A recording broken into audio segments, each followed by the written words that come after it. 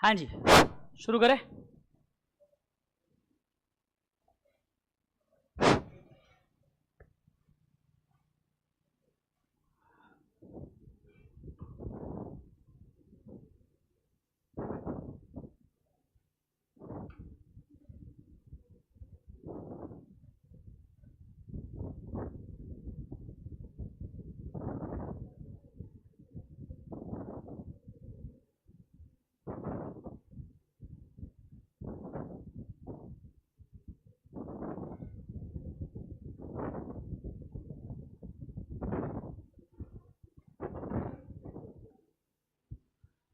हाँ जी, chapter number 2 अपन कर रहे हैं, ऑपरेशन प्लानिंग, बरोबर ना? काय चैप्टर नंबर 2 करतोय ना, माझ काय बघती? हाँ ना, चैप्टर नंबर 2 बोलते, हाँ चैप्टर नंबर 2 को ऐसे शॉकिंग एक्सप्रेशन दे रही है। चलिए, चैप्टर नंबर 2 में डिमांड फोरकास्टिंग वाला पार्ट अपन ने खत्म किया, बराबर? सम्स उसके, ओ अरे होमवर्क दिया था, होमवर्क किया क्या? 5 था ना क्वेश्चन, 5 क्वेश्चन था ना, सबने सॉल्व किया ईमानदारी से? और त्या बाईला माहितच ना होमवर्क होता. होमवर्क केलं भाई? होमवर्क किया क्या? का लक्षात नाही राहिला? हाँ, अगली बार मैं भूल जाऊंगा मेरे क्लास में तू है, निकाल दूंगा क्लास में से. चलो, ए तुझ्यासोबतचं कुठे तो गायब आहे? काल पण नव्हता आला. तुझ्यासोबत एक ऑनलाइन क्या? अच्छा, ओके चलो. देखिए, डिस्कस की हुई चीज़ें हैं, थोड़ा सा कलरफुल फॉर्मेट में थोड़ा डेंटिंग पेंटिंग करके दिए मैंने, और कुछ भी नहीं किए. ऐसा सीना ठोक के ये नहीं बोलो मेरी बुक है मैंने बनाई है, ऐसा नहीं है. इंस्टीट्यूट के मॉड्यूल से उठाई हुई चीज़ें हैं, बराबर. थोड़ा सा डेंटिंग पेंटिंग किया है, कलरफुल किया है, ताकि आपको पढ़ने में आसानी हो. मेन पॉइंटर्स क्या है, इंपॉर्टेंट पॉइंट्स क्या क्या चीज़ें हैं, और याद रखने में ऐसे थोड़े इमेजेस डायग्राम डाल रखे, ताकि जिससे आपको याद रहे चीज़ें, बराबर. ठीक, चलिए. What are the methods of forecasting? Methods और टेक्निक्स फॉर सेल्स फोरकास्टिंग. देखिए, यहाँ पर सबसे पहले ये वाला डिस्कस किया था हमने, सर्वे ऑफ बायर्स इंटेंशन और यूजर एक्सपेक्टेशन मेथड, बराबर. सर्वे ऑफ बायर्स इंटेंशन, यहाँ पर जाके बायर को, हर एक बायर को पकड़ पकड़ के पूछा जाएगा कि आपका इंटेंशन क्या है. अगर आपकी इनकम बढ़ जाएगी तो आप कौन सी चीज़ों में इंटरेस्ट रखते हो, क्या चीज़ें परचेज करना चाहते हो, ये वाली चीज़ हो जाएगी आपके सर्वे ऑफ बायर्स इंटेंशन में. फिर आता है आपका कलेक्टिव ओपिनियन और सेल्स फोर्स मेथड.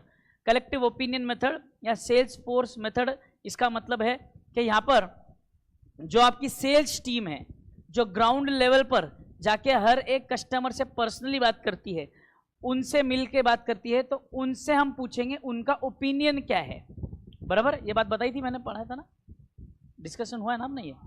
हाँ हाँ, तो हाँ, तो यहाँ पे पर्सनल बायस आ जाता है, बराबर. वो मैंने बताया था आपको, कुछ पेसिमिस्टिक होते हैं, कुछ ऑप्टिमिस्टिक होते हैं. कोई बहुत ज़्यादा पॉजिटिव है तो शायद थोड़ा सा ज़्यादा बता दे, या जो नेगेटिव फील करता है तो शायद बोलेगा कि फिर मार्केट की थोड़ी हालत ख़राब है सर, ऐसा वैसा, क्योंकि मैक्रो कॉन्सेप्ट्स उनको और पता होते नहीं है. फिर अगला आता है आपका ग्रुप एग्जीक्यूटिव जजमेंट और executive judgement method. This is combining, averaging और evaluating in some other way the opinions and views of sales force वाला का ओपिनियन लिया आपने, साथ ही साथ आपको जो टॉप एग्जीक्यूटिव्स जो बैठे हुए हैं उनका ओपिनियन भी लेना है, क्योंकि मैक्रो इकोनॉमिक टर्म्स के साथ ज़्यादा रिलेटेड वो है. मार्केट के मैक्रो लेवल कॉन्सेप्ट्स के साथ वो ज़्यादा वाकिफ है. मार्केट के जो क्या कहते हैं, पॉलिसीज जो बन रही है ना, गवर्नमेंट पॉलिसीज बन रही है, फिर स्टेट में कोई पर्टिकुलर पॉलिसी बन रही है, या कोई स्कीम्स चल रही है, कोई सब्सिडी चल रही है, कोई नया टैक्सेशन आ रहा है, ऐसी जो चीज़ें हैं, इन सब चीज़ों का नॉलेज टॉप एग्जीक्यूटिव्स के पास है, तो उनका भी ओपिनियन लेना जरूरी है. उसके बाद आता है आपका एक्सपर्ट्स ओपिनियन. मैंने आपको बताया था लॉन्ग टर्म फोरकास्टिंग के काम आता है. जो अपने शेयर मार्केट वगैरह के जो ये जो चैनल्स होते हैं, अलग अलग स्टॉक मार्केट के चैनल्स, उस चैनल पर लोग बैठ के आगे का फोरकास्ट कर रहे हैं कि भाई आने वाले पीरियड में कौन सी कंपनी बूम करेगी, कौन से कंपनी की डिमांड बढ़ेगी, कौन से कंपनी के शेयर्स आपने होल्ड करने चाहिए, कौन से बाय करने चाहिए, ये सारी चीज़ें. तो वो expert opinion method. Market test method, seller sells his products on a part of the market for some times and makes the assessment of sales for full market on the base of result. ये मैंने इस नाम से बताया था आपको, controlled market, क्या क्या नाम था उसका,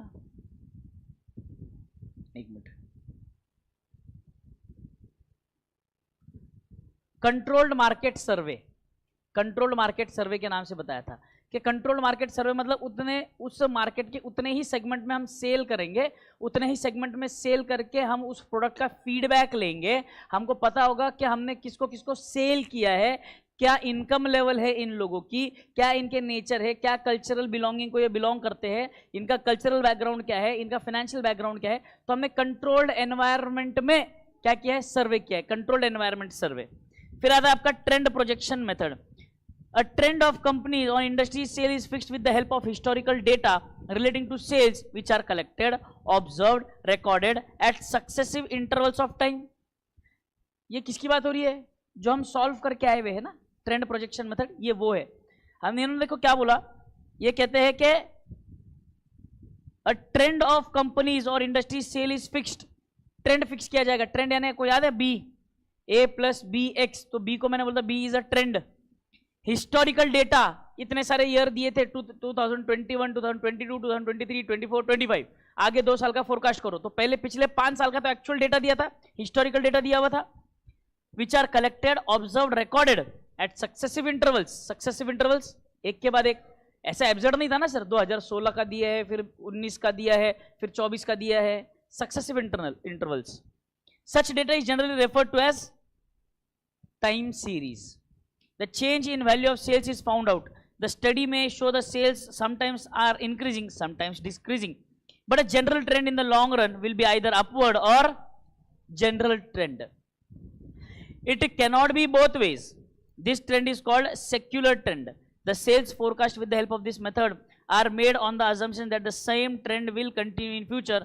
The method which is generally used in fitting the trend is the method of least squares or straight line trend. Linear equation, linear equation, straight line ना, मैंने बोला था ना ये straight line method, straight line बनता है ना linear equation. With this method straight line trend is obtained. This line is called line for of best fit. By using the formula of regression equation y on x the future sales are projected. Regression equation की कल चर्चा की थी हमने, बराबर, इसको ये याद रखना, this line is called line of best fit, ये याद रखना अपने को, line of best fit. MCQ में पूछा जा सकता है, ये छोटा सा पॉइंट है सर, ये याद रखेंगे, याद रखना ही पड़ेगा। एमसीक्यू 2 मार्क के लिए एक एमसीक्यू पूछा जाता है बेटे, 2 मार्क के लिए एक एमसीक्यू है। तो एमसीक्यू ऐसी ओवरव्यू वाले एमसीक्यूज या कुछ भी ऐसे रैंडम एमसीक्यूज नहीं पूछे जाएंगे, इन डेप्थ वाले कॉन्सेप्ट वाले एमसीक्यूज पूछे जाएंगे, तो इसलिए ऐसी चीजें इंपॉर्टेंट है अपने लिए। Moving average method, this is another statistical method to calculate the trend through moving averages. It can be calculated as follows as far as possible. The period for moving average should be in numbers such as 3, 5, 7 years. The period in even numbers will create a problem in centralizing the value of average. The calculated values of moving averages present the basis of determining the expected amount of sale. Urgent है? हाँ,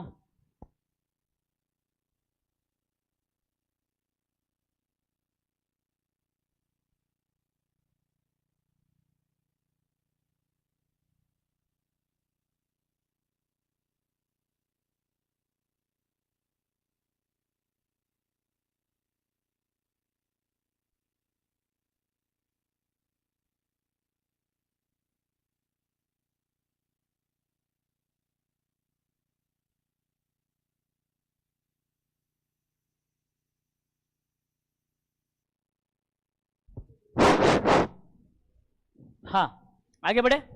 what are the criteria for selecting, ये वाला अपन ने discuss नहीं किया बेटे, ये discuss नहीं हुआ है अपना, ये नया क्वेश्चन है। What are the criteria for selecting a good forecasting method, कौन सा मेथड सिलेक्ट करना है, ये सवाल नहीं है कि कौन सा मेथड सिलेक्ट करना है, सवाल ये है कि जो भी मेथड आप सिलेक्ट करो तो किन चीजों का या किन फैक्टर्स का आपको ध्यान देना है। What factors are to be considered, यानी कि I can frame this question as if what factors are to be considered while selecting a method for forecasting। Method select करने के समय आपको कौन से फैक्टर्स का ध्यान देना चाहिए, समझ में आ रही बात।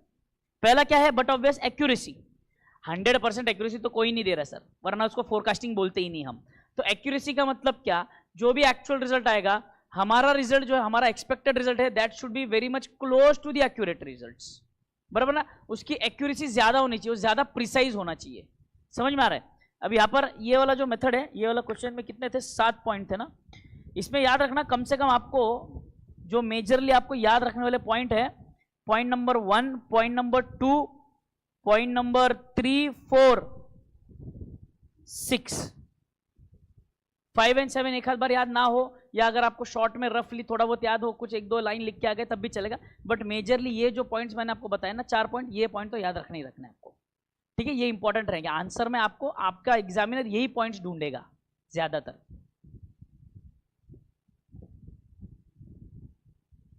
Accuracy of forecasting figures is a lifeblood of the business because many important plans and programs, policies and strategies are prepared on followed basis of such estimates. अपन ने पहले लेक्चर में डिस्कशन किया, डिमांड फोरकास्ट सबसे important है। Demand forecast के basis पर आपके आगे के सारे स्ट्रैटेजी डिसाइड होंगी, आगे के सारे प्लानिंग डिसाइड होंगे, आगे के जितने भी फंक्शंस होंगे सब उसी पे बेस्ड होंगे सर, बराबर? तो accuracy becomes the vital factor. If sales forecast are wrong, the businessman suffer a big loss. दोनों बताया था मैंने। अगर सेल्स फोरकास्ट करने में गलती हुई, एक्चुअल से बहुत ज्यादा निकल गया, एक्चुअल से बहुत कम निकल गया, दोनों में आपका नुकसान है, बराबर? Simplicity, method for forecasting should be very simple. If the method is difficult और technical, then there is very much possibility of complex चीजों में गलती होने के चांसेस ज्यादा है। जितनी चीजें सिंपल है उतना एक्यूरेट आंसर मिलने के चांसेस है, उतनी गलतियां कम होंगी। Some information collected from outside that will remain unanswered or inaccurate replies will be received. If the method is difficult, management must also be able to understand and have confidence in the method. Economy का मतलब खर्चा कितना लग रहा है भाई साहब?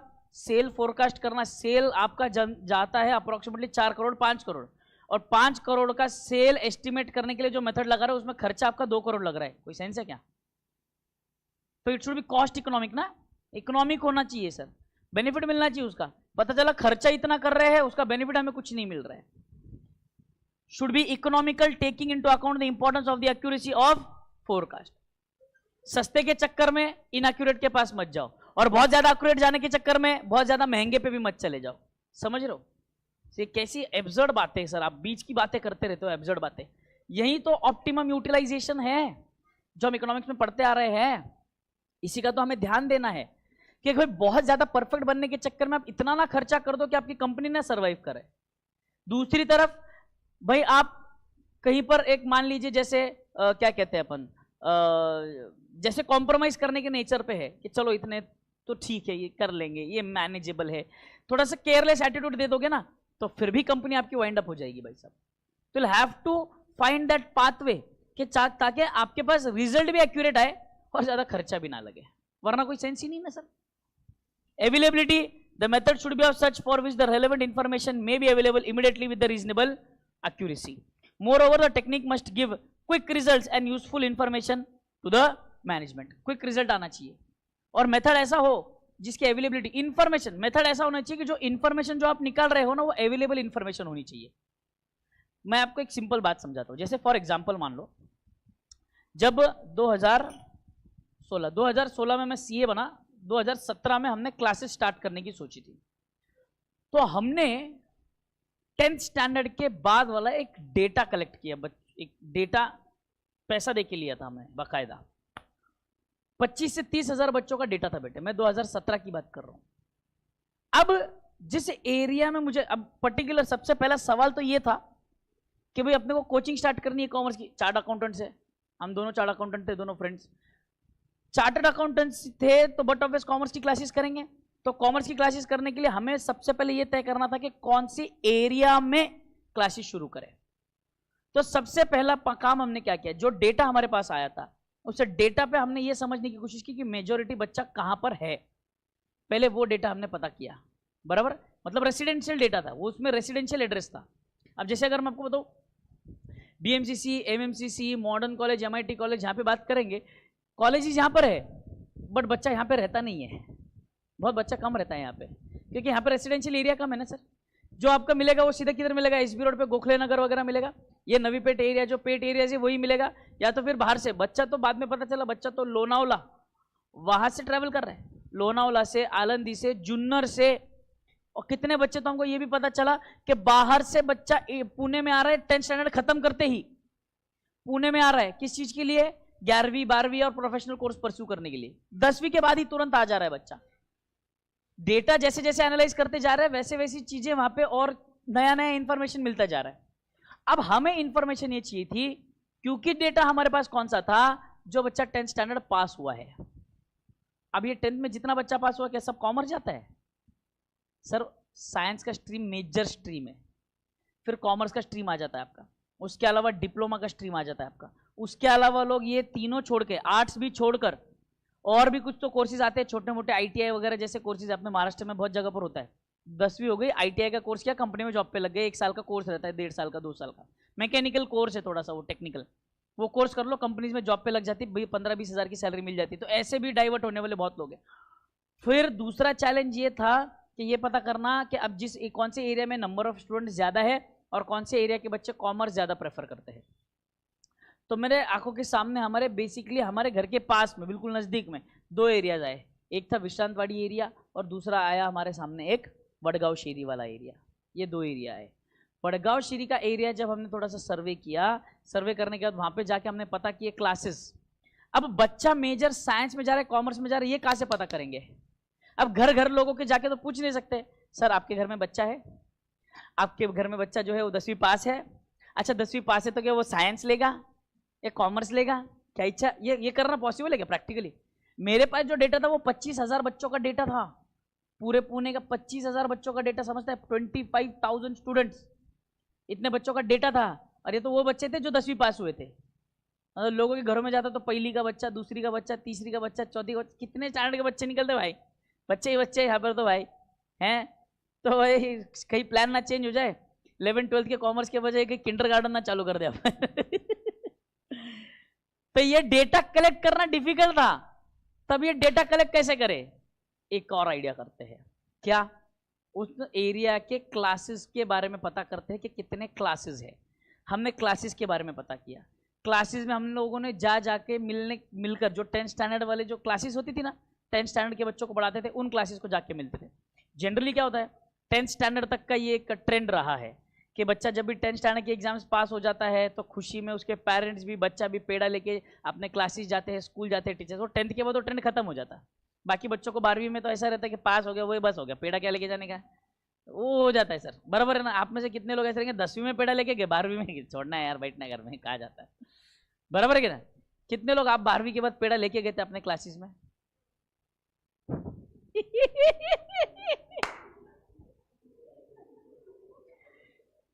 Understand the trend, ये ट्रेंड है, ठीक है ना? तो 12वीं में तो ऐसा रहता है कि पास हो गए बस हो गया। सर क्या बात कर रहे हैं आप, वो परसेंटेज लेके जाके दिखाने लायक नहीं है। वो पेड़ा अगर लेके जाओ परसेंटेज दिखा दूं तो मेरा सर मेरे ही मुंह में मेरा पेड़ा टूसेगा, वो मुंह पे फेंक के मारेगा।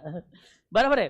तो यहाँ पर हमने 10th स्टैंडर्ड के क्लासेस पकड़े। 10th स्टैंडर्ड के क्लासेस की जो टीचर्स होते थे या स्टाफ होता था, उनके साथ बैठ के बात करते थे, उनके साथ बैठ के। क्योंकि जनरली जब बच्चा आता है तो बात करते ही है ना, सर अभी क्या लगता है आपको, मैंने साइंस स्ट्रीम लेना चाहिए, कॉमर्स स्ट्रीम लेना चाहिए? बच्चों से बात होती है कि जनरली वहाँ से पता चलता है। तो वहाँ पे एक सर्वे में एक और बात पता चली कि अप्रोक्सीमेटली अराउंड, हमने अंदाजा लगाया कि there are something around 65 to 70% students who opt for science. बराबर? और जो चीज़ हमने एक बार गूगल पे भी सर्च करके देखी, हमारे सर्वे के, हमारे कैलकुलेशन के हिसाब से वो ऑलमोस्ट उतना ही आया। Clearly it was mention 70% of the students go for commerce stream, science stream, it was clearly mentioned. तो हमने अपना अंदाजा जो लगाया, जितने बच्चों के हिसाब से हमने सर्वे लिया, कितने ये बच्चे है एरिया में, साइंस की क्लासेस कितनी है, साइंस के क्लासेस में कितने बच्चे होते हैं ऑन एन एवरेज। फिर हमने एक अजम्पशन लगाया कि जो छोटे छोटे ट्यूशंस, घरगुती ट्यूशंस होते हैं ना घर में, उनमें कितने बच्चे हो सकते हैं, उससे अंदाजा लगाया। हमारा अंदाजा आया 60-65% आया, एक्यूरेटली अप्रोक्सीमेटली उतना ही नंबर आया सर। तो बात ये है यहाँ पर, जो आप डेटा कलेक्ट करने जा रहे हो ना, डेटा कलेक्ट करने की जो बात है ना, ये डेटा कलेक्शन की अवेलेबिलिटी कहाँ है? अवेलेबिलिटी आप समझ रहे, कितना भी किया हमने तो सिर्फ तर्क लगाए, हमने सिर्फ एस्टिमेट करने की कोशिश की। एग्जैक्ट डेटा हमारे पास था कि कितना बच्चा कॉमर्स में गया, कितना बच्चा नहीं गया। समझ में आ रही बात मेरी? Availability of data. Stability, the data of forecasting should such where in the future changes are expect to do minimum and are reliable for future planning for some time. कुछ समय के लिए जितना भी आपने जो डेटा प्रोवाइड किया है वो डेटा की स्टेबिलिटी होनी चाहिए। मतलब आपने आप जो भी फोरकास्ट कर रहे हो उसमें आपने कुछ कंटिजेंसीज भी कवर करनी चाहिए। बगैर कंटिजेंसीज कवर किए होने वाला है क्या? कंटिजेंसी तो कवर करने पड़ेंगे ना सर थोड़े बहुत, कि अगर ऐसा हुआ तो क्या हो सकता है, वैसा हुआ तो क्या हो सकता है, चीजें है sir. Utility, the forecasting technique must be easily understandable and suitable to the management के लिए समझ में आने जैसी चीज होनी चाहिए। पक्का क्लियर है तक? तो डिमांड फोरकास्टिंग वाला जो सम्स वाला पार्ट देखा उसका अपन ने थियरी खत्म कर लिया। कैपेसिटी प्लानिंग देखेंगे, इसका थियरी खत्म करेंगे, फिर सम्स पे जाएंगे, फिर थियरी पे आएंगे जो अगला टॉपिक रहेगा उसके। ठीक, आइए सर चर्चा हो रही है what is meant by capacity planning. Capacity planning Google से ही इमेज उठाया, मैंने अपने मन से बनाया नहीं है, गूगले आप भी करेंगे आपको भी मिल जाएगा। कैपेसिटी प्लानिंग क्या कहता है? कैपेसिटी प्लानिंग का मतलब क्या? कैपेसिटी का मतलब क्या? क्षमता। मतलब आपकी कंपनी कितना लोड ले सकती है, कितना काम कर सकती है, या कितना प्रोडक्शन कर सकती है, सिंपल भाषा में। बराबर ना? सिंपल है ना? अब देखो ये क्या बोल रहा है, capacity refers to an upper limit और ceiling on the load that an operating unit can. Maximum load कितना आपका फैक्ट्री या आपका प्लांट या आपका एक मैन्युफैक्चरिंग यूनिट हैंडल कर सकता है, that is capacity. Basic question, what kind of a capacity is needed, how much is needed and when it is needed। Capacity planning बात करता है इन तीन चीजों की। यही तीन चीजें आपको अपनी बुक में भी नजर आएंगी, यही तीन चीजें सर, यही तीन चीजें हमारे बुक में भी नजर आएगी। मॉड्यूल से उठाया हुआ, मतलब अपनी बुक में है ना कि मॉड्यूल में ही, ये मॉड्यूल से उठाया हुआ है मैंने। बराबर। इम्पैक्ट, बात सुनना, impact on the ability of the organisation to meet future demand और product and service. Capacity planning कर क्यों रहे हम? कैपेसिटी प्लानिंग चल क्यों रही है? जो आपने डिमांड फोरकास्ट किया, डिमांड फोरकास्ट किया ना सबसे पहला, देखो ना चैप्टर भी जो इंस्टीट्यूट ने जो चैप्टर्स भी दिए ना उसी सीक्वेंस में दिए हैं। सबसे पहले उन्होंने कोई भी एब्सर्ड चैप्टर उठा के नहीं दिया, इंट्रोडक्शन के बाद वो सबसे पहले डिमांड पर आए। जैसे मैंने कहा था कि डिमांड के बेसिस पर ही क्या होगा, आपके आगे के फंक्शंस डिसाइड होंगे, आगे की स्ट्रैटेजी डिसाइड होंगी। अब जब आपने डिमांड फोरकास्ट कर लिया, now you should what you say, you should confirm whether you are able, whether you have the ability to meet that demand। वो डिमांड मीट करने की एबिलिटी आपके पास है क्या? हम सिर्फ 1 साल या 2 साल का सेल, कभी भी 1 या 2 साल का सेल नहीं हम कंसिडर करेंगे। देखिए सिंपल सा एक सिंपल सा एग्जांपल लेते हैं। मान लीजिए ये अपने जो क्लासरूम है, ये अपना क्लासरूम में है, 200 बच्चों की कैपेसिटी है, ठीक है। पहला साल मैंने क्लास स्टार्ट किया, यही क्लासरूम ली थी मैंने, यही क्लासरूम में 200 बच्चों की कैपेसिटी है। पहले साल में मेरे पास 25 बच्चे रहे। दूसरा साल जब मैं आया तब मेरे पास 60 बच्चे हुए, 60 स्टूडेंट्स हुए। फिर तीसरे ईयर में मैं आया, मेरे पास अप्रोक्सीमेटली 150 स्टूडेंट्स हुए। मैंने कैपेसिटी कितनी बोली क्लास की? 200। बराबर, कैपेसिटी की कितनी क्लास की? 200। अब पिछले 3 साल के बेसिस पर जब मुझे थोड़ा सा ट्रेंड पता चला है, मैं आगे 2 या 3 साल का ट्रेंड प्रोजेक्ट कर सकता हूं कि भाई आने वाले साल में, देखो कोविड जैसी सिचुएशन तो अज्यूम करना डिफिकल्ट है। कोविड जैसी situation, that was something very unique situation, very absurd situation, a sudden situation. तो मैं नॉर्मल मार्केट ट्रेंड को ध्यान में रखते हुए मैं अपने बिजनेस का ट्रेंड सोच रहा हूं। आप समझ रहे हो मेरी बात? नॉर्मल बिजनेस का ट्रेंड अगर मैं समझूं तो पहले साल में कितने थे, दूसरे साल में कितने थे, तीसरे साल में कितने थे, उस हिसाब से मुझे नजदीक 40% से 30 to 40% का मुझे हर साल का इंक्रीज मिल ही रहा है। आज मैं बैठा हूं 150 स्टूडेंट्स की कैपेसिटी पे, मतलब अगले साल तक मेरे पास 180, 190, 200 के बीच में बच्चे होंगे, तो मेरे लिए कैपेसिटी इनफ है। बट उसके अगले साल कितने होंगे? 200 क्रॉस करेंगे। तो क्या मैंने रुक जाना चाहिए या I should look for a facility better than this और bigger than this? Obviously bigger than this. अब बड़ी फैसिलिटी अगर मुझे बड़ा क्लासरूम देखना है तो क्या मैंने 225, 250 की क्लासरूम लेनी चाहिए और बड़ी देखनी चाहिए? मैंने कम से कम ये देखना चाहिए कि जो अभी मेरे लिए, मेरे पॉकेट ही नहीं है मेरे पॉकेट के लिए जो अफोर्डेबल है, बराबर है, और मेजर कैपेसिटी, मतलब आगे ज्यादा समय तक चला सकूं। ऐसा नहीं ना यार, ये मैंने क्लास ले ली, इस साल 200 बच्चे हो गए, अब मेरा एक्सपेक्टेशन है अगले साल 250 होंगे, ये क्लास छोड़ूंगा, अगले साल फिर नया क्लास स्टार्ट करूंगा। भाई कॉस्ट लगता है ना, नया नया कैपेसिटी बनाने का। अब मान लीजिए मैं ये क्लासरूम छोड़ दूंगा, मैं नया क्लासरूम ले लूंगा 250 कैपेसिटी वाला। अब मुझे क्या करना पड़ेगा, उसके लिए नए बेंचेस ऑर्डर करवाने पड़ेंगे, जो एक्स्ट्रा बेंचेस है यहां से निकलवा के बेंचेस वहां पे शिफ्ट करवाने पड़ेंगे। यह जितना भी सेटअप यहाँ पे लगवाया हुआ है, कंप्यूटर, एम्पलीफायर, स्पीकर, ये इक्विपमेंट्स, लाइट वाइट, यहाँ पे अगर आप देखेंगे ये पर्टिकुलर एरिया में यहाँ पर एक लाइट है, यहाँ पे 3 लाइट है, ये ट्यूबलाइट है, वो कैमरा लगा हुआ है यहाँ पर, ये तो पूरा सेटअप है ना भाई साहब। अब ये पूरा सेटअप यहां से निकाल के वहां लगवाना पड़ेगा, ये फ्री में लगेगा, खर्चा लगेगा।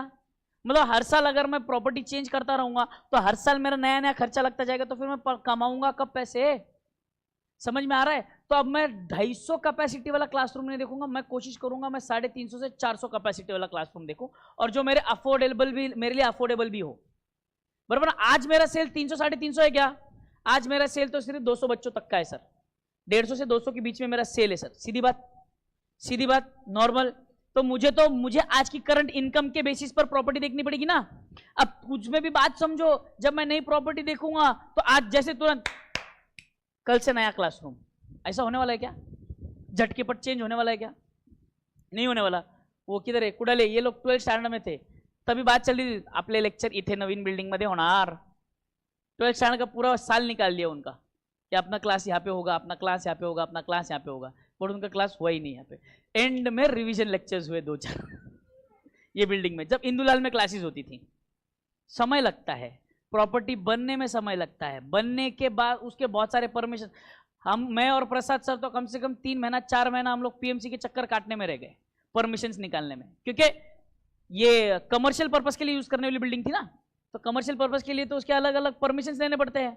वो आके चेक करेंगे, वो लोडिंग चेक करते हैं, सब वॉशरूम कितना है, आपने फायर एक्सटिंग्विशर के लिए कुछ लगवाया है क्या, सेफ्टी क्या क्या चीज़ें है, ये सब चेक करने की। तो किसी चीज़ पे वो अड़ गया तो मान ही नहीं रहा था वो बंदा, अप्रूवल दे ही नहीं रहा था। अच्छा, उनके अप्रूवल के बगैर अपन क्लास चालू कर देंगे और उनके पता चल गया तो पेनल्टी लगाएंगे, भर भर के 2.5-3 लाख की पेनल्टी लगने वाली थी। समझ में आ रही बात आपको। तो ये बात है सर, तो तुरंत ऐसे फैसिलिटी अवेलेबल होने लगी, नंबर 1। नंबर 2, ये जब बिल्डिंग पूरी खड़ी हो गई, पूरी रेडी हो गई, सारे क्लासरूम सेटअप हुए, तब जाके इंदुलाल के अपन ने 2 क्लासरूम छोड़ दिए। मतलब तब तक सर आप इसका भी रेंट भर रहे थे, उसका भी रेंट भर रहे थे। हाँ, 6 महीने तक डबल रेंट पे किया गया है, इस बिल्डिंग का भी और वहां के 2 क्लासरूम्स का भी। मतलब 6 महीने तक तो डबल कॉस्ट बेयर कर रहे हैं, जबकि यहाँ पे कुछ काम हो ही नहीं रहा था, कुछ ही नहीं हो रहा था। यहाँ पर खाली पड़ी थी बिल्डिंग, सिर्फ थोड़ी सी नीचे वो कॉर्नर में लिफ्ट के बगल में एक छोटा सा ऑफिस है ना, उतनी ही जगह अवेलेबल थी, उतनी जगह में बैठ के स्टाफ कॉलिंग करता था और हम बैठे रहते थे स्टाफ पे ध्यान रखने के लिए, बस, बाकी और कुछ भी नहीं। पूरा काम, पूरे लेक्चर्स इंदुलाल पे ही होते थे। अब यहाँ पे पूरी बिल्डिंग में यहाँ पे क्लासेस अब फुल फ्लेज चालू हुए। समझ में आ रही बात। तो डबल कॉस्ट लगा ना सर, खर्चा तो लगने वाला है सर। तो मुझे तो ये भी तो अफोर्डेबिलिटी देखनी पड़ेगी ना। तो कैपेसिटी प्लानिंग करना है, मतलब आपको फ्यूचर लॉन्ग टर्म पर्सपेक्टिव के बेसिस पे प्लानिंग करनी है। Major determinant of initial cost, greater the capacity larger the, यही बात की हमने। जितना बड़ा क्लासरूम लूंगा उतना ज्यादा कैपेसिटी लगेगा, उतने ज्यादा बेंचेस, उतने ज्यादा लाइट, उतने ज्यादा फैन, एसी। अब क्लासरूम बड़ा है, वहां के इंदुलाल के क्लासेस में क्लासरूम में जाके देखेंगे एक एसी है, या तो एक बड़ा क्लासरूम उसमें 2 एसी है, यहाँ पर 1 2 3 एसी लगे हुए हैं, 3 एसी लगे हुए हैं यहाँ पे। भाई फिक्स्ड कॉस्ट है ना ये। एक एसी का खर्चा देख लो, एक एसी आता कितने में, 40-45 हज़ार में आता है। 50 हज़ार पकड़ लो इंस्टॉलेशन के साथ, यहाँ पे 3 एसी 1.5 लाख तो सिर्फ एसी के लग गए। एक क्लासरूम में 3 एसी है, 5 क्लासरूम है, एक ऑफिस है, ऑफिस में दो एसी ऑफिस में लगे, 3 एसी ऑफिस में लगे हुए हैं। मतलब एक फ्लोर का तो 1.5 लाख का एसी का खर्चा है, सिर्फ एक फ्लोर का 1.5 लाख एसी का खर्चा। कैपिटल इन्वेस्टमेंट सोचो आप, समझ रहे हैं, सिर्फ एसी में। ये वायरिंग करवाई, कैमरा, टीवी, हर क्लासरूम में 2 टीवी कम से कम, नीचे वाले क्लास, ऊपर वाले क्लासरूम में 3 टीवी है। तो ग्रुप 1 का जो क्लास होता तिकडे मध्ये एक टीवी लावला है, बरोबर आहे का। टीवी के ये कितने, 4,000 5,000 की टीवी है, 8,000 30,000 की टीवी है सर। कैपिटल इन्वेस्टमेंट समझ रहे हो आप, कैपिटल इन्वेस्टमेंट है sir. Can affect the competitiveness, excess capacity और फ्लेक्सिबल कैपेसिटी। एक्सेस कैपेसिटी और flexible capacity affects the ease of management. Management का काम कितना आसान कर सकता है कैपेसिटी प्लानिंग, वो चीज है। Effective management of capacity, most important responsibility of production and operation management. Objective of capacity management planning, control of capacity is to match the level of operation to the level of operation to match with the level of demand.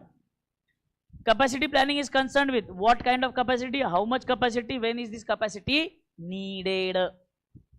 Capacity planning is carried out keeping in the mind future growth and expansion plans, market trends, sale forecasting. Capacity is the root of productive capability of a facility. Capacity is usually expressed as volume of output per period of time.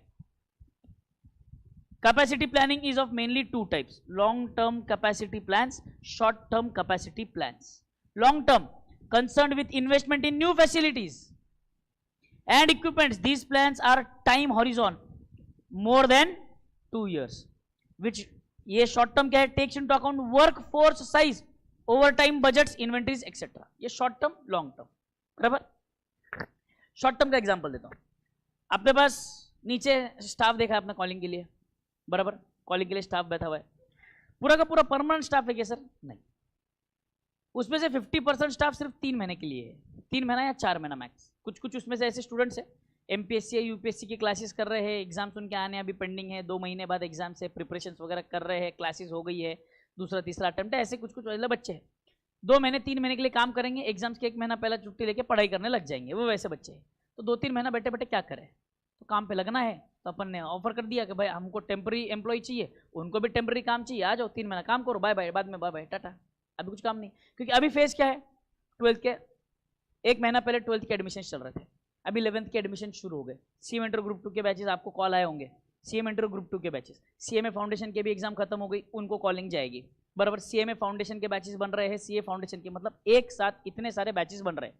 CS WT अलग, CS executive अलग, CS professional अलग, इतने सारे batches बन रहे हैं. मतलब इतने सारे कॉल करने हैं, बच्चों को कॉल करने के लिए स्टाफ कहाँ है ही नहीं.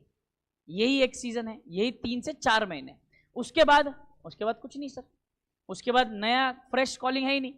जो अवेलेबल स्टाफ है वो कर सकता है मैनेज, उतना कॉल का फ्लो होता नहीं है, उतनी इंक्वायरी का फ्लो होता नहीं है, उतने लोग इंक्वायरी के लिए आते नहीं है, लिमिटेड है, बेरेबल है, मैनेजेबल है. तो बाकी समय काम क्या है सर, सिर्फ पेपर चेक कर रहे हैं, अटेंडेंस के लिए कॉलिंग कर रहे हैं, फीस रिकवरी के लिए कॉलिंग कर रहे हैं, बस.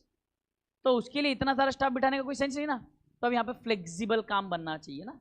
तो मैंने क्या किया, मैंने 10 स्टाफ लगाया हुआ है, जिसमें से 5 स्टाफ मेरा परमानेंट है, बाकी बचा 5 स्टाफ मेरा टेम्पररी है. 3 महीना 4 महीने का पीरियड खत्म, सब टाटा बाय बाय, सब जाएंगे निकल के. तो मुझे वो भी तो देखना पड़ेगा. अब काम का समय है, मैं खर्चा करके कैपेसिटी बढ़ा रहा हूं. काम का समय खत्म, कैपेसिटी कम, सिंपल सॉर्टेड. एग्जाम्पल समझ में आया सबको? तो सेम चीज आपके प्रोडक्शन में भी हो सकती है. आपके पास मशीन है, उससे प्रोडक्शन होता है, बट आपको पता है ये अभी फिलहाल सीजन है, इस सीजन में ज्यादा प्रोडक्शन करने की जरूरत है. अच्छा, जब सेल होगा तब प्रोडक्शन करेंगे या सेल के पहले प्रोडक्शन करेंगे? सेल के पहले प्रोडक्शन होना चाहिए सर. तो वो भी तो पीरियड डिटरमाइन करना पड़ेगा. वहां पे प्रोडक्शन करेंगे तो भाई साहब हमारे पास 2 ही मशीन है, हमें 4 मशीन की जरूरत है. ठीक है, कोई बात नहीं, 2 मशीन है, 2 मशीन अपनी यूज करो, 2 मशीन रेंट पे लेके आओ, हायर चार्जेस पे लगा दो मशीन. समझ में आ रही है? तो बहुत सारे बड़े बड़े कंस्ट्रक्शन कंपनी वाले हर कोई क्रेन खरीदता नहीं है. जो बहुत बड़ी कंपनी है जिसके मल्टीपल प्रोजेक्ट चल रहे हैं वो क्रेन खरीदता है, और वो भी 1 या 2 खरीदता है. जहां पे जरूरत पड़ती है फिर वो रेंट पे क्रेन्स लेकर आता है. क्रेन समझता ना? Capacity refers to the maximum load an operating unit can handle. The operating unit might be a plant, a department, a machine, a store, or a worker. Capacity of a plant is the maximum rate of output the plant can produce. What are the forms of capacity planning? Based on time horizon, based on resource employed. Long term capacity planning, short term capacity planning जो देख के आए अपन, और based on resources, finite capacity planning, infinite capacity planning. Permanent employees, temporary employees. Temporary employees finite time होना, मुझे सिर्फ 3 महीने के लिए एम्प्लॉइज चाहिए, मुझे सिर्फ 3 महीने के लिए मशीन चाहिए. आप समझ रहे हो? इनफाइनाइट परमानेंट स्टाफ चाहिए. कुछ काम ऐसे जो मेरा पूरा साल चलता है सर. बैचेस तो मल्टीपल बैचेस चलते हैं ना. 11वीं 12वीं की बैचेस साल में 1 बार बनती है, CSWT की बैचेस 4 बार बनती है, CMA फाउंडेशन की 4 बार बनती है, CA फाउंडेशन की आपसे 3 बार बनेगी, CMA इंटर की 2 बार बनेगी, एग्जीक्यूटिव की 2, प्रोफेशनल की 2. मतलब ये तो साइकिल कंटिन्यू है ही ना. तो इसके लिए भी तो कुछ परमानेंट स्टाफ चाहिए ना. Infinite and finite. समझ में आई बात? 100% पक्का, डेफिनेटली. कोई दिक्कत है इसमें, डाउट है? नहीं है सर, बढ़िया.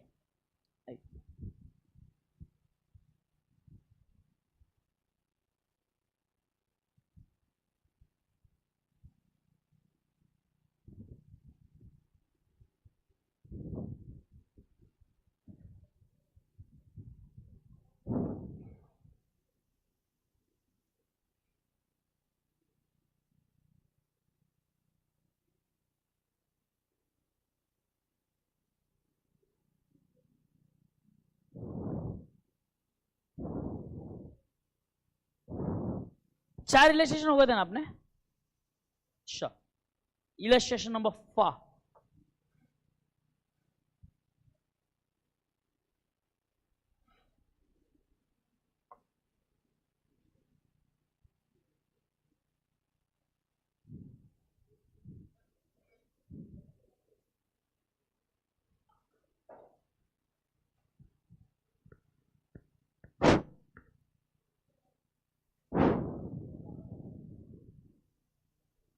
त्याला शेजारी तर बोलून घे, मांडीवर तरी बसून घे एकदाच.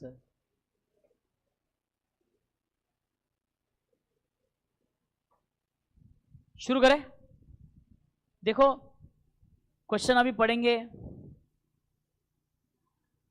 कॉमन सेंस बेस्ड क्वेश्चन है, कोई फॉर्मूला वॉर्मूला लगाने की जरूरत नहीं है, बगैर फॉर्मूला के अपना आंसर आ सकता है. ठीक है, देखो, a department works on 8 hour shift, मतलब एक दिन में कितना घंटा काम चल रहा है? सिंपल. 250 दिन पर ईयर.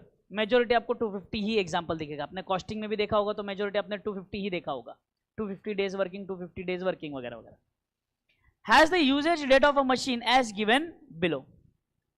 ठीक है सर, सबसे पहले मुझे बताइए, एक ईयर में एनुअली काम करने के लिए आपके पास समय कितना है? एक दिन में 8 घंटे, तो 250 दिन में कितने घंटे हुए? टोटल आवर्स कितने हुए? 2000 आवर्स. सर ईयर का ही क्यों निकाला? अरे उसने डेटा ईयर का दिया ना, मंथ का डेटा देता तो मैं मंथ निकाल के देखता. सर बट यही क्यों निकाला? अरे दिया था, मैंने निकाल लिया. मुझे पता नहीं, जो डेटा अवेलेबल है और जो मैं निकाल सकता था मैं निकाल लिया. सिंपल कॉमन सेंस वाली बातें कर रहा हूं मैं. कोई फॉर्मूला नहीं, कोई मैथ्स नहीं. सिंपल है ना सर? सिंपल है ना? आगे बढ़ू. सर ये बोलता है हम एक प्रोडक्ट एक्स बनाते हैं जिसकी एनुअल डिमांड, लो फिर से डेटा उसने एनुअली दिया हुआ है, बराबर है? ठीक है, एनुअल डिमांड है 300 यूनिट की, जिसका processing time, standard time in hours is 4 hours. पूरे साल में एक्स आपको चाहिए कितना? 300 यूनिट, बराबर है?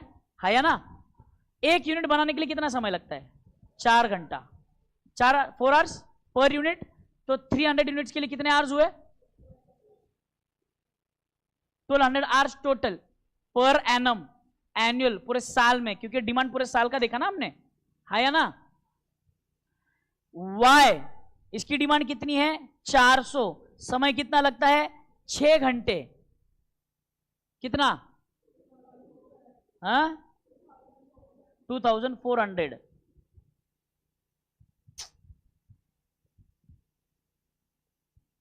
अरे हैंग हो गया. 2400 घंटे. ठीक है, 2400 घंटे, हमारे पास है ही 2000 घंटे. हे प्रभु. जेड एनुअल डिमांड कितनी है? 500, और समय कितना लगता है? 3 घंटे, यानी यहां पे लग गए तुम्हारे 1500 घंटे.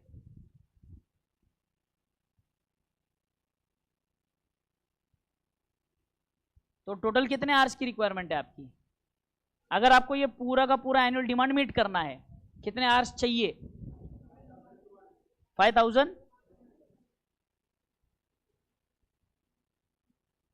5100 ना रे. 200 कैसे आए फिर? ठीक है. Determine the number of machines required. एक मशीन आपके पास है, 8 घंटा दिन में काम करती है, 250 दिन काम करेगी, तो 2000 घंटे. मतलब एक मशीन आपको, एक मशीन कितने आवर्स काम कर सकती है? 2000. एक मशीन 2000 आवर्स काम करेगी, एक मशीन 2000 घंटे काम करेगी पूरे साल में, बराबर ना? बट मुझे कितने घंटे चाहिए? 5100. 5100 घंटे काम करने के लिए कितनी मशीन्स की जरूरत है? 2.5 2.55. अब इसे 2.5 मशीन तो कोई देता नहीं सर. सर आधी मशीन दे देना थोड़ी सी निकाल के, ऊपर वाला पार्ट रख लो, नीचे वाला पार्ट दे दो मशीन का, बराबर है? ऐसे कोई देगा क्या? नहीं देगा सर. तो लेनी पड़ी तो तीनों में मशीन लेनी पड़ेगी ना, क्योंकि 2 मशीन से काम नहीं चलेगा. 2 मशीन से काम चलेगा क्या? नहीं चलेगा ही नहीं सर, टाइम कम पड़ेगा, इसलिए 3 मशीन लेनी पड़ेगी। रिक्वायरमेंट कितनी मशीन की है फिर? How many machine required? गजब। लो टोटल आवर्स निकाले इन्होंने, टोटल अवेलेबल आवर्स निकाले इन्होंने। बस नंबर ऑफ मशीन्स पता करने के लिए हमने कॉमन सेंस लगाया, इन्होंने फॉर्मूला लगाया। क्या फॉर्मूला लगाया? वर्कलोड पर ईयर, कितना आपके पास काम है, अपॉन प्रोडक्शन कैपेसिटी पर मशीन।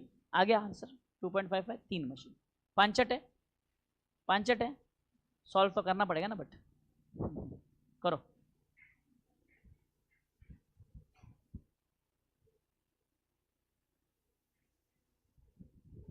देखो इल्लू 5 सस्ता नशा, solution.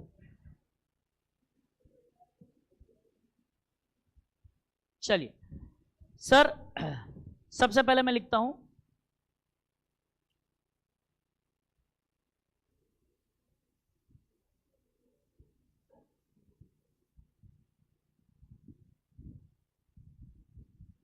Annual required hours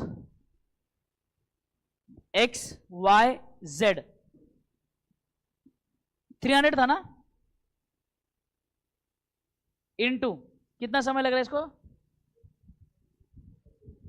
4 hours per unit, बराबर।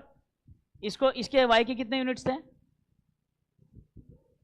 हाँ, और जेड के 500। अच्छा, इसका टाइम कितना था और जेड का?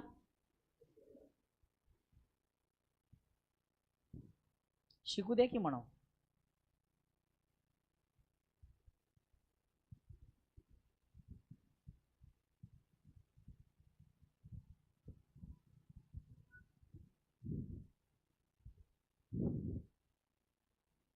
हाँ जी,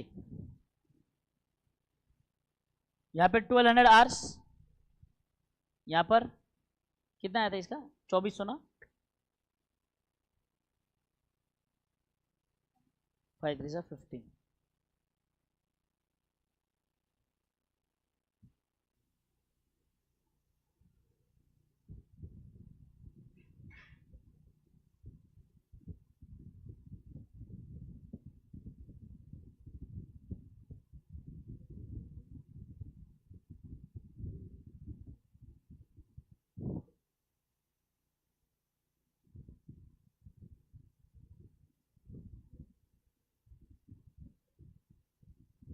eight hours per day into 250 days,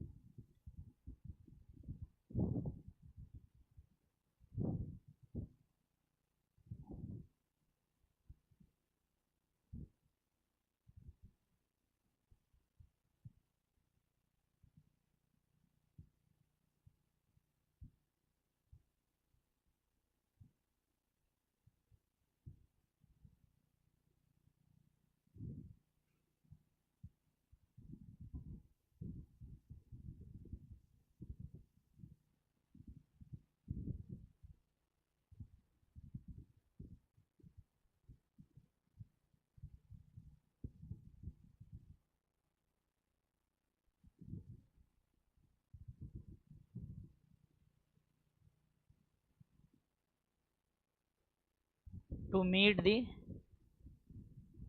annual demand of product X, Y and Z,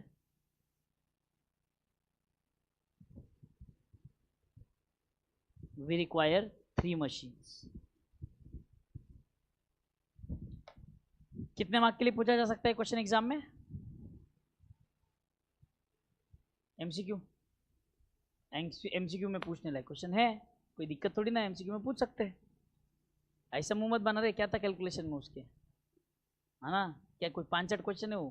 question है वो कोई इंटर लेवल का तो क्वेश्चन तो है भी नहीं वो। डन ना? ठीक है, बाकी कैपेसिटी प्लानिंग अपन कल वाइंड अप कर देंगे। So we'll be meeting tomorrow, same time, same place. Thank you, take care, bye bye, enjoy.